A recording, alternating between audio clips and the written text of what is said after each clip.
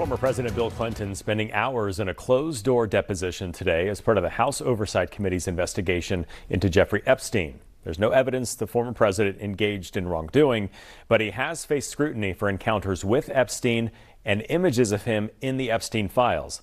National correspondent Atra Al-Nashar reports.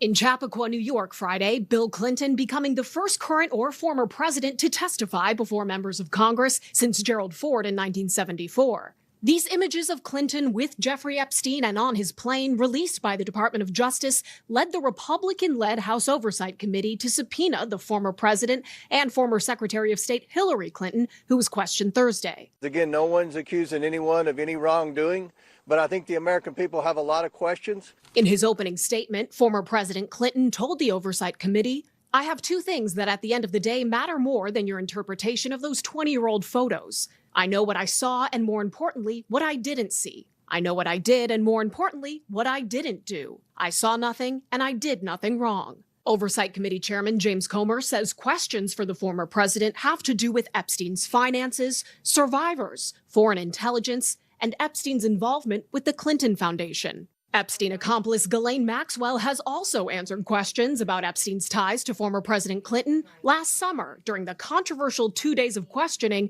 by Deputy Attorney General Todd Blanche. You're not aware of President Clinton ever going to the island? He never, absolutely never went, and I can be sure of that because there's no way he would have gone.